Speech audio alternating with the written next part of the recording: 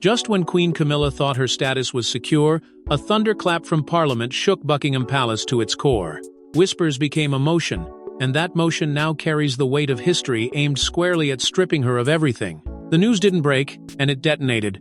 A live broadcast from the House of Commons revealed what royal insiders had long feared, but never dared to voice aloud. A formal parliamentary motion to remove Queen Camilla's royal status had been introduced. The stunned silence in the chamber was quickly followed by murmurs of disbelief, then rising tension as MPs from both major parties, once considered protectors of the monarchy, voiced support for the unthinkable.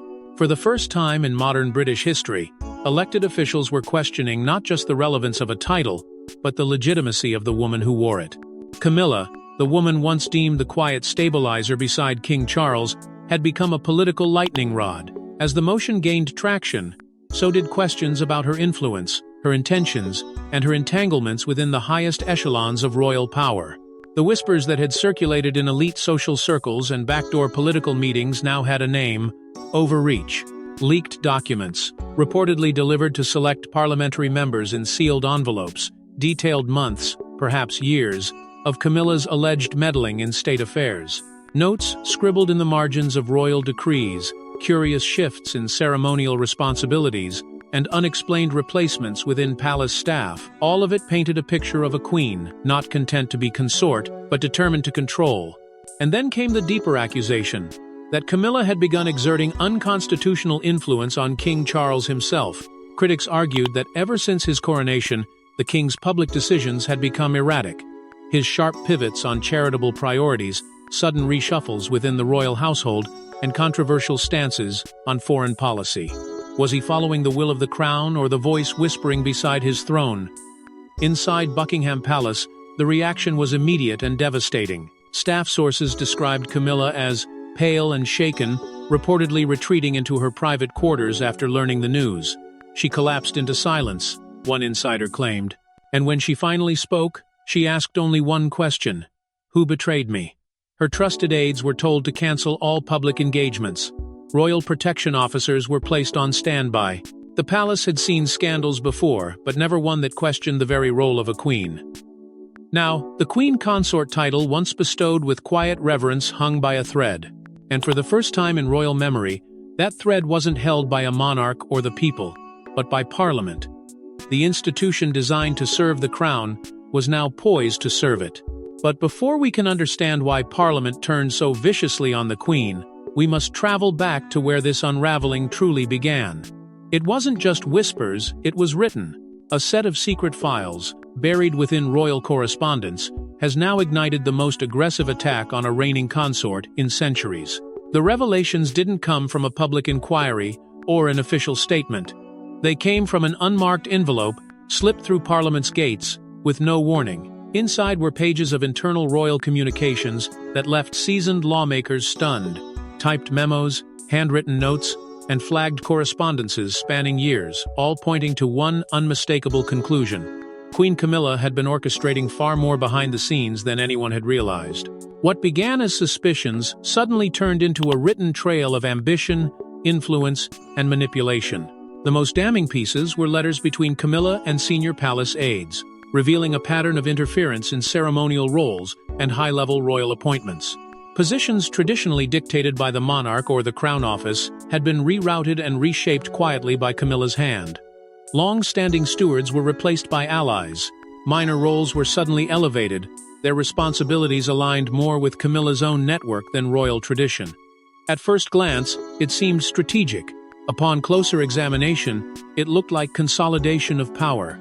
But what made these revelations explosive wasn't just the control, it was the deliberate obstruction of William and Catherine's rise. The future king and queen had, according to the leaked documents, been deliberately sidelined. Events where Catherine was meant to take lead were quietly cancelled or reassigned. William's initiatives received internal pushback from unexpected sources, later traced back to Camilla's circle. The fracture between the generations wasn't accidental. It had been engineered, and now the proof was laid bare for Parliament to digest. Then came the documents related to Meghan Markle. Among the cache were accounts of private lobbying sessions Camilla allegedly held with advisors and royal trustees, pushing back against Meghan's return to any public-facing role. Notes implied she viewed Meghan as a threat not to the monarchy, but to her own image. The pages told of whispered conversations, subtle manipulations, and one note that read, "We must protect what we've built. No room for disruption now." It was more than rivalry, it was strategy. The leak quickly earned its nickname, the Camilla dossier.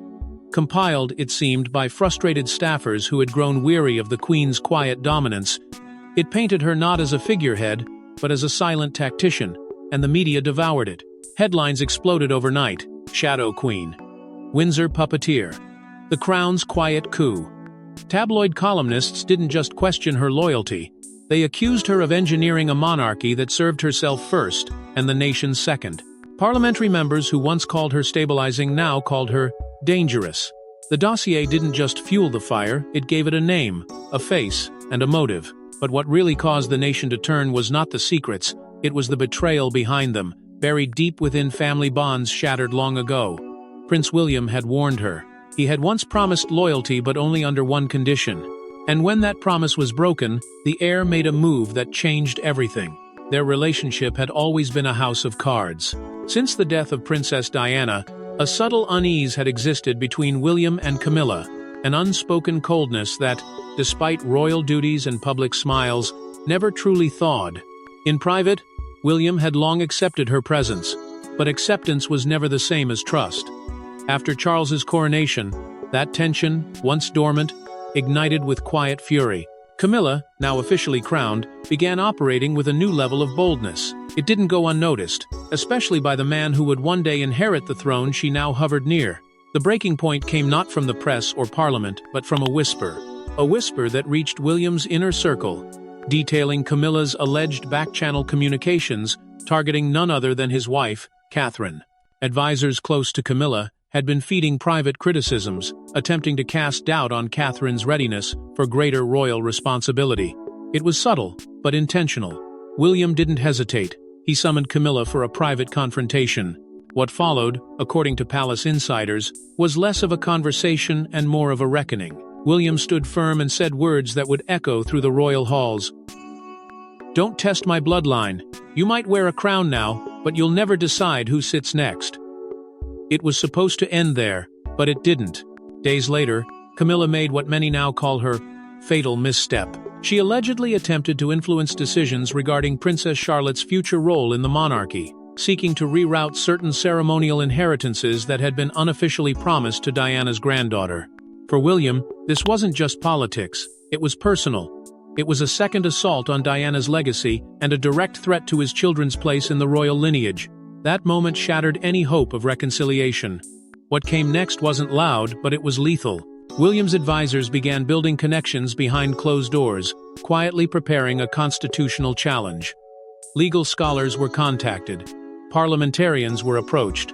Questions about the role and definition of a queen consort in a modern monarchy were subtly inserted into high-level conversations. Camilla may have worn the title, but it was William, young, popular, and future king, who was beginning to control the narrative. And when the time came, William didn't shy away. He didn't leak, he didn't shout. He simply let Parliament know that he no longer backed her. That alone shifted the balance. It was no longer a tabloid scandal, it was a crisis of succession. Because when the heir to the throne signals doubt in the Queen, the nation listens, and so does Parliament. But as power shifted, another force rose from the shadows, one Camilla never expected to cross her. Princess Anne never speaks out, unless it matters. And this time, her voice didn't just echo through Windsor, it cut like a knife into Camilla's remaining power. The monarchy has always leaned on silence. Its strength, for generations, was its refusal to flinch under fire. But when silence is shattered by someone known for restraint, it becomes deafening. That's exactly what happened when Princess Anne, the stoic and unshakable daughter of Queen Elizabeth II, allowed her private thoughts to slip beyond royal walls. It was during a closed-door Order of the Garter gathering, an event steeped in centuries of tradition and loyalty. There, amidst an elite circle of nobles and royals, Anne made a single statement that would set the tone for a national reckoning. There are those who wear a crown without having earned it. It wasn't a direct attack, but it didn't need to be. Everyone knew who she meant. The recording, captured without her knowledge, quickly made its way to the press. Within hours, Headlines screamed with speculation. Was this the moment the monarchy turned on itself? Had Anne, the so-called steel spine of the royal family, finally revealed her true thoughts on Camilla's reign? What followed was a wave of reflection on a relationship long marked by frost. Royal insiders came forward, claiming Anne had never truly forgiven Camilla not for being with Charles, but for how she had steered him. One aide, speaking anonymously, described years of quiet resistance. She never protested in public, never interfered, they said, but she never celebrated Camilla either. Anne saw Diana as the soul of the future. Camilla, in her eyes, was always the shadow. That sentiment had festered behind palace curtains. Now, it was out in the open. And the public responded. Thousands took to social media, calling Anne the true compass of the monarchy, a woman unafraid to stand against erosion from within. Polls showed a dramatic shift.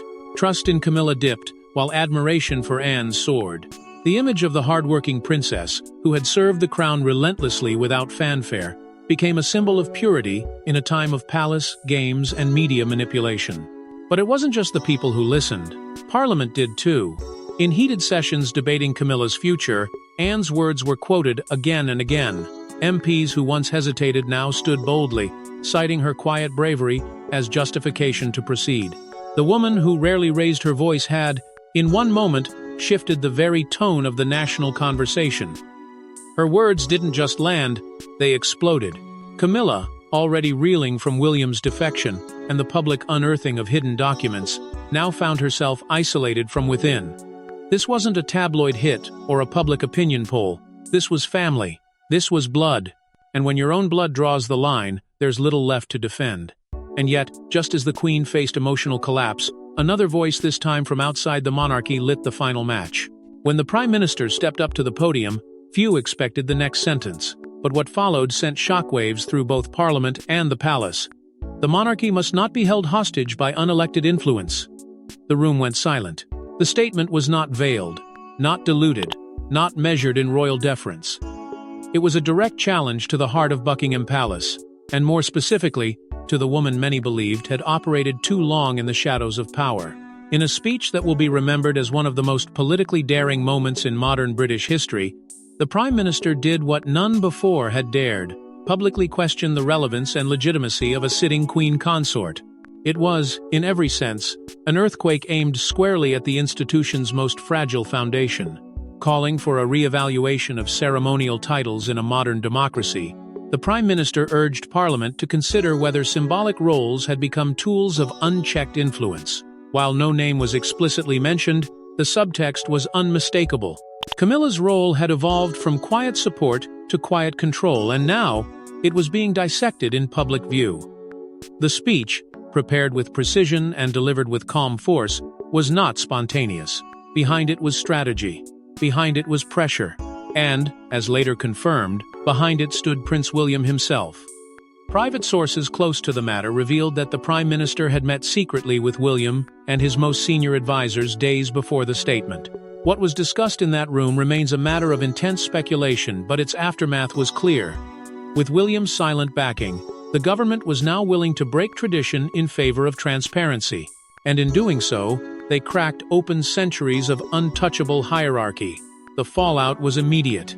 Members of Parliament, previously hesitant to challenge the monarchy on constitutional grounds, now found courage. Debates erupted not just over Camilla, but over the monarchy itself. Should the line of succession be modernized? Should the powers of unelected individuals be reviewed, restricted, or revoked entirely? Camilla's name, once associated with quiet dignity, was now a lightning rod for outrage. Protests outside Westminster held signs that read, "Down with privilege, royalty must earn respect, and one crown, one truth." To many, she had come to represent the very rot of outdated power structures. And behind those ornate palace gates, the monarchy braced itself. This wasn't a scandal. This wasn't gossip. This was a constitutional confrontation. The last time such a wave hit the palace, it ended in abdication. Now, the monarchy was again being asked to justify its survival not to the people, but to the lawmakers tasked with protecting the realm's future. But while politics raged inside the palace walls, Queen Camilla faced a storm of her own emotional, personal, and utterly devastating. Locked in her private quarters, Queen Camilla faced what may have been the end of her reign, not at the hands of war, scandal, or exile, but from heartbreak, isolation, and the weight of her own decisions. The palace had gone quiet. Not the ceremonial kind of silence, but something far more unsettling, a stillness heavy with consequence. Staff moved in hushed tones. Doors that were once open for advisors now remained firmly shut. Behind them, Camilla sat visibly shaken, reportedly sobbing, and as one aide described, unresponsive for hours. Her strength, once admired for its quiet resolve, had withered under the pressure of public backlash, political humiliation, and familial betrayal. And in that moment, far from the cameras and crowns, she was no longer a queen. She was just a woman brought to her knees by the storm she could no longer control. Charles, despite his weakening health, tried to console her. But something had shifted between them. His words were gentle, but distant, almost rehearsed. The closeness they once guarded so fiercely seemed to have fractured beneath the palace weight. She looked to him for rescue, said one source, but all he offered was resignation. It was during one of these late-night conversations that Camilla is believed to have uttered the words that stunned even her most loyal companion. "I never wanted the crown, I just wanted him." That single sentence, whispered into the palace halls, held the pain of decades of love lost, regained, and now, slipping again. The outside world, sensing blood in the water, did not relent. Friends who had once championed her social ascent began pulling away. Invitations to high society galas quietly disappeared. Phone calls stopped being returned. Even the palace calendar, long packed with engagements, now sat eerily blank. When Camilla did appear publicly at a Windsor charity event, it ended in heartbreak. Leaked footage showed her being rushed away mid-speech, eyes glassy, hand trembling, as aides struggled to shield her from the growing media frenzy. That video spread like wildfire, and for many, it symbolized the unraveling of not just a queen, but of a person pushed too far. Behind closed doors, talks began. Senior officials, including constitutional advisors, were rumored to be drawing up early abdication proposals. The palace, desperate to preserve what was left of the monarchy's dignity, could not afford another scandal to spiral. And if removing the crown from Camilla's head was the price to stabilize the throne, some were now willing to pay it. Not out of vengeance, but necessity. But in the ashes of pain, an unexpected hand extended not to save her, but to deliver one final, unforgiving blow. She said nothing. She didn't need to. One appearance, one smile, one tiara, and the public knew where the true crown now belonged. As the royal family gathered for a highly anticipated state dinner, one marked by tension rather than celebration, it was Catherine who stepped forward to carry the weight of the moment. Her entrance, though graceful and wordless, was a thunderclap across the monarchy. Upon her head sat Princess Diana's iconic sapphire tiara, an unmistakable relic of a legacy that once redefined what it meant to be a royal. Its presence now, decades later, felt like a rebuke wrapped in elegance. The world watched and understood. This wasn't just an accessory, it was a statement, and it said everything Camilla's silence couldn't. Social media exploded within seconds. Images of Catherine side by side with photos of Diana wearing the same piece dominated global headlines. Hashtags surged. Number the real queen. Number Diana's crown lives on. Number Catherine rising.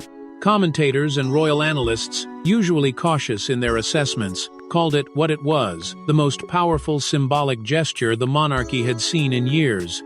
She hadn't uttered a single sentence. Yet she had silenced every whisper of uncertainty. In one gesture, Catherine reasserted her place not just beside William, but at the very center of the future crown. Royal observers didn't hesitate to call it the clearest signal yet that the soul of the monarchy had officially shifted. Where Camilla's power had been shadowed by controversy and backroom influence, Catherine's ascension appeared effortless and pure. With every passing hour, the divide grew wider. Polls released the following morning were even more damning for the Queen Consort. Over 70% of Britons now believed Catherine should be the future queen. Not in name alone, but in spirit and stature. In living rooms, on television panels, and inside parliament chambers, the language had changed.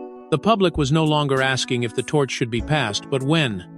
Camilla's absence from the dinner raised more questions than answers. The official line was personal health reasons, but few bought into that script. Palace insiders confirmed she was advised to stay away, citing fragile optics. But it was too late. Her seat remained empty. And in that silence, the world witnessed a quiet dethroning.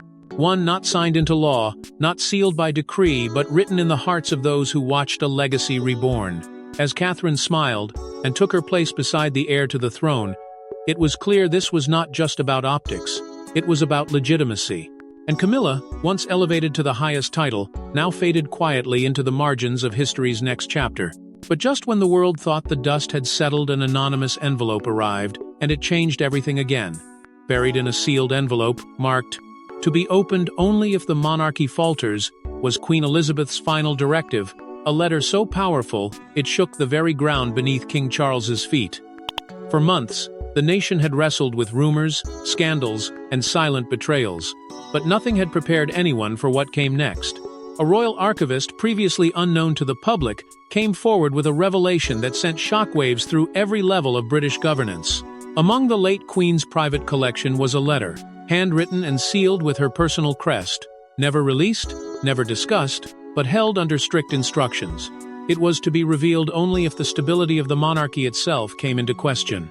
That moment had arrived. The contents of the letter were never intended for public consumption, but they found their way into the light nonetheless. Portions were leaked to the press.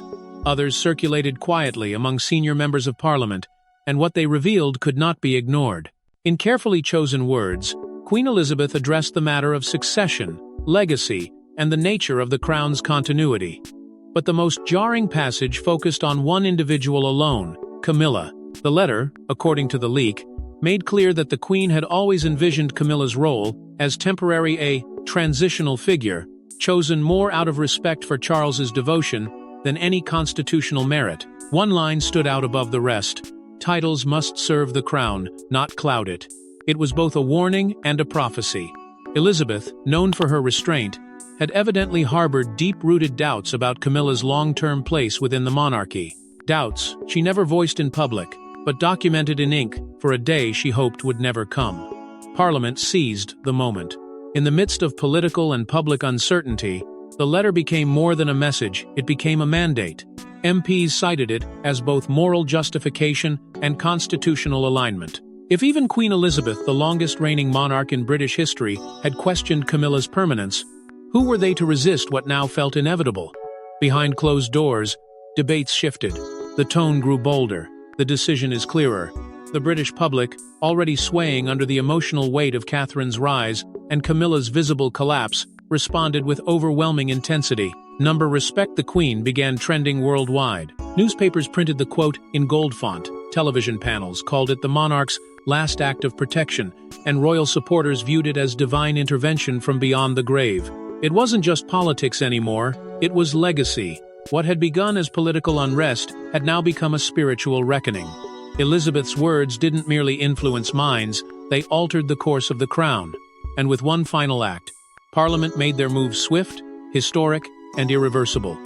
In a matter of minutes, centuries of tradition clashed with modern accountability, and when the votes were tallied, the message was undeniable. Queen Camilla's royal status was no more. The chamber was tense, silent, but charged with history. The final vote count, 318 in favor, 121 opposed, did not just signal the will of Parliament, it marked the end of an era. Queen Camilla, once crowned with the hopes of unifying a fractured monarchy, was now officially stripped of her formal title and status.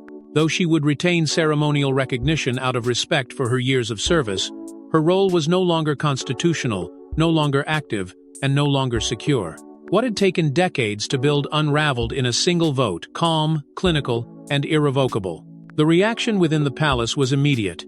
King Charles, ever the symbol of restraint, addressed the nation with visible sorrow. His voice, usually steady, now trembled as he read from prepared remarks. "Let love remain," he said, pausing as though bracing himself, "even where duty must part us." It was a line drenched in finality, a farewell wrapped in diplomacy, and for those who knew their story, it was heartbreak delivered behind royal stoicism. Charles had not just lost a consort in the eyes of the law, he had lost his partner in power, stripped away not by scandal or divorce, but by a country demanding change. Camilla's final public appearance followed soon after. A charity event, ironically planned months earlier to celebrate women in leadership, became the setting for her emotional farewell. She arrived late, stayed briefly, and left without speaking. But the cameras caught it all. Tears wiped quickly, shoulders trembling. It was not a queen who exited that hall. It was a woman defeated by a crown that had once promised redemption, but ultimately delivered ruin. And the world watched, divided. Outside Buckingham Palace, thousands gathered not in protest, but in response. Some came to cheer, to wave flags, to call it a victory for Diana's memory and for Catherine's quiet rise. Others mourned, holding up signs that read, "She stood by him," and "The crown breaks those who carry it." The media dubbed it the day the monarchy blinked, a reckoning between tradition and truth, where lineage met public judgment in full daylight. And so, a new chapter began, one filled with both admiration and uncertainty. At the center of it all now stood Catherine, silent, steady, and crowned only by public approval. She had not demanded the throne, but the nation had quietly handed it to her anyway. Camilla, once the controversial queen, was now part of royal history, not erased, but revised. And as the royal crest was quietly adjusted on official documents, a single question echoed across Britain. Was this justice or just history repeating itself with a new face? Thanks for watching. Don't forget to like and subscribe, and we will see you in the next one.